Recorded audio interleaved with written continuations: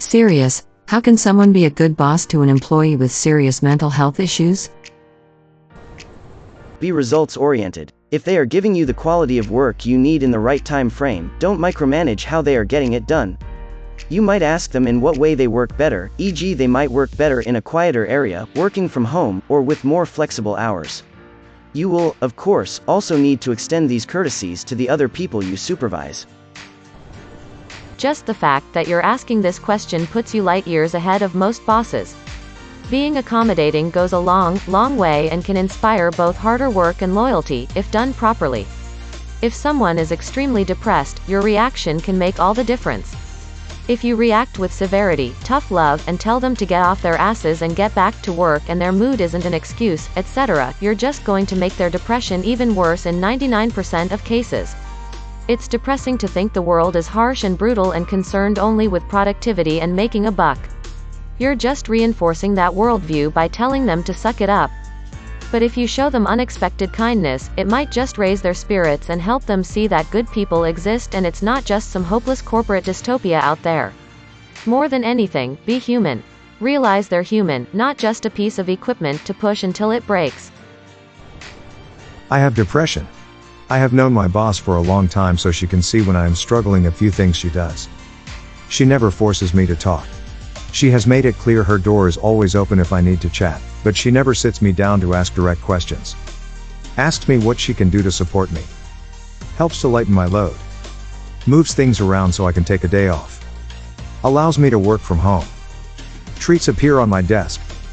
We have a code I can give her when things are rough and there are others around, so she knows to step in. With her support I usually can get myself turned around a lot quicker than if I didn't have the support. I hope this helps. Is their mental illness affecting their work or their coworkers?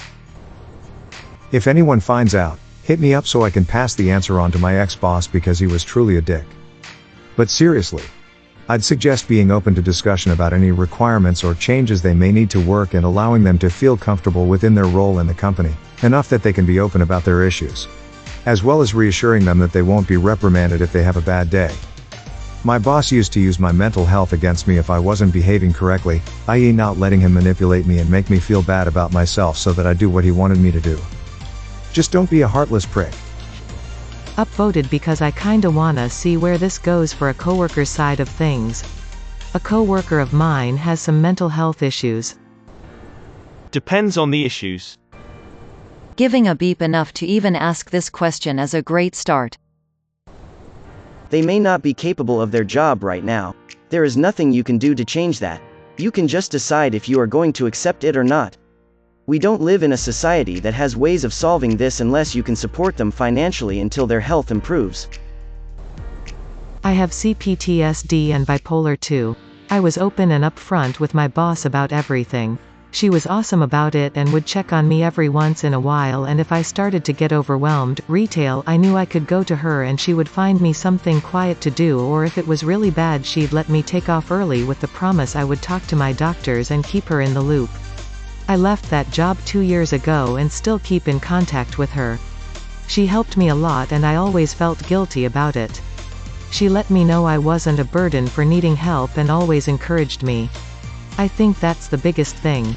People like me feel really guilty and burdensome for needing extra help. We try not to ask for it because we don't want to be seen as lazy, weak, or a problem. Letting someone like me know it's okay and that they're not a burden goes a long way. Indeed, depends on the issue. I got issues too, and I don't think bosses know this, but it seems a general trend here. My work, my wife's work. It really doesn't matter where you/I work or for what company. I couldn't care less. I just want a job that I like. Most of the time it is the direct hierarchy, or sometimes close colleagues, that is responsible for depression or burnouts. Turning the job into something that they'll hate, removing all motivation. In my case it's micromanaging. If you start doing that, my output is reduced to about 10%. The bare minimum. So in that case, see if the cause comes outside, angry partner, financial issues, or from within the workplace, you, or any of the direct colleagues. Treat them like you would if they had any other life-changing or life-threatening medical condition, because that is exactly what it is. What would you do if an employee was diagnosed with cancer? What would you do if they broke their leg? Obviously, a lot of this depends on what job they are doing, their diagnosis, their treatment, and the individual themselves. First, put all your expectations in writing. Not just for this one employee, but for everyone. Write down how every task should be completed. That will help the employee in question immensely because there won't be any uncertainty. This includes specific instructions and timelines for how to call out of work. Next, hold everyone, even yourself, to those standards. This will help you know if you're subconsciously harder on one employee than others. It's easy to do, and it can really affect the work culture when people aren't treated the same. Finally, be fair but firm in consequences. Yes, having a mental illness is difficult, but the expectations are the expectations, and there are next steps if they're not met.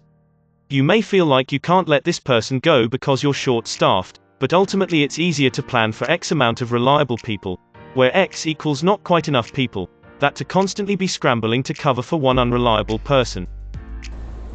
If it's a transient issue, tell them their job is safe. Worrying about losing their job is the last thing they need right now. I'm a former general manager, and I've found that the key to being a good boss is knowing your employees. I think when it comes to an employee's mental health, open communication is especially important. Talk with them, let them know you understand their situation, and try to make accommodations for them. That's my take on it. Sometimes I just could not get out of bed to save my life. My boss evaluated me more on a value added than clock punching scale. And I worked really hard and was really innovative when I was manic. So on days when I couldn't get out of bed, I would let him know, and he would just hype up my last great success to the VPs until I was ready to start being innovative again. But basically he knew how to brag on me while I was down so that I still had good buzz around my name even during times when I couldn't be in the office. I think this is relatively a case of equity, not equality. You have to be a bit nicer and more patient with the employee with mental illness but still have work expectations. I have a few people at work with various mental illnesses, which can be work hindering, and they all work just as well as a coworker without. If you can't be a good boss to someone with a mental illness versus someone without, you aren't fit to be a boss. You can't. The role of boss is not up the task of counselor and psychiatrist. In reverse, if you attempt to be psychiatrist to one, you are less effective in being a manager of the overall operation.